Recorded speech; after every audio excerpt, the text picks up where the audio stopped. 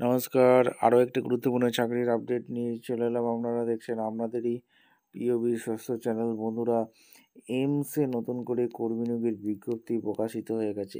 AIIMS হসপিটালে নতুন করে কর্মী নিয়োগ বিজ্ঞপ্তি প্রকাশিত হয়েছে। ইন্টারভিউর মাধ্যমে যোগ্য প্রার্থীদের ছাঁটাই বাছাই করবে। ২১,০০০ টাকা বেতন। ছেলে মেয়ে সবাই আবেদন করতে পারবে। কিভাবে আবেদন করবে A to Z এই প্রতিবেদনে বলে দেবো। মেল ফিমেল সবাই আবেদন করতে পারবে। এইমস হসপিটালে কারা জব সার্চ করছে তারা কমেন্ট সেকশন করে জানিয়ে দাও। সরাসরি ইন্টারভিউর মাধ্যমে নিয়োগটা দেওয়া হয়ে যাচ্ছে। কিভাবে আবেদনটা করবে, কোয়ালিফিকেশন কী লাগবে, এজ ক্রাইটেরিয়া কী আছে, সিলেকশন প্রসেস কী, A to Z এই প্রতিবেদনে বলবো। তার জন্য ভিডিওটা মনোযোগ দিয়ে দেখতে হবে, জানতে হবে, বুঝতে হবে এবং আমাদের চ্যানেলে ফার্স্ট টাইম হয়ে থাকলে চ্যানেলটাকে সাবস্ক্রাইব করে বেল আইকনটা টিপে রাখতে হবে লেটেস্ট নিউ নোটিফিকেশান পাওয়ার জন্য। একদম অফিসিয়াল বিজ্ঞপ্তি ধরে তোমাদের দেখিয়ে দেবো কী কী ক্রাইটেরিয়া আছে, সিলেকশান প্রসেস কী আছে, কোয়ালিফিকেশান কী লাগবে, সমস্ত কিছু বলে দেবো। ভিডিওটা মনোযোগ দিয়ে দেখতে দাও।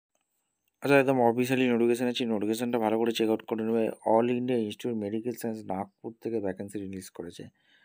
এখান থেকে নাগপুর 24/10/25 রিলিজ করেছে।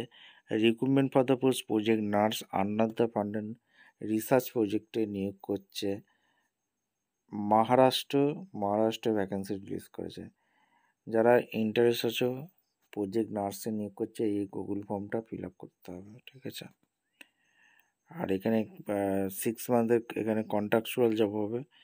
আর এখানে প্রজেক্ট নার্সে 2জন ফিমেল ক্যান্ডিডেট লাগবে, ঠিক আছে।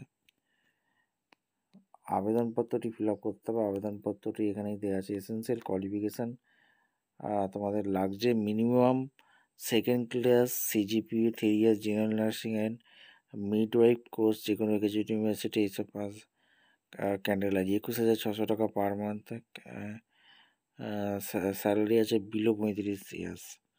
আর 2 বছরের এক্সপিরিয়েন্স লাগবে। লাস্ট ডেট 15ই নভেম্বরের মধ্যে আপলোড করতে হবে। রিপোর্টিং টাইম ওয়েবসাইটে দিয়ে দেবে। ভিডিওটা ভালো লাগলে এটা লাইক করবেন, শেয়ার করে সাবস্ক্রাইব করে বেল আইকনটা টিপে রেখে দেখা হচ্ছে কোনো পরবর্তী ভিডিও। ধন্যবাদ।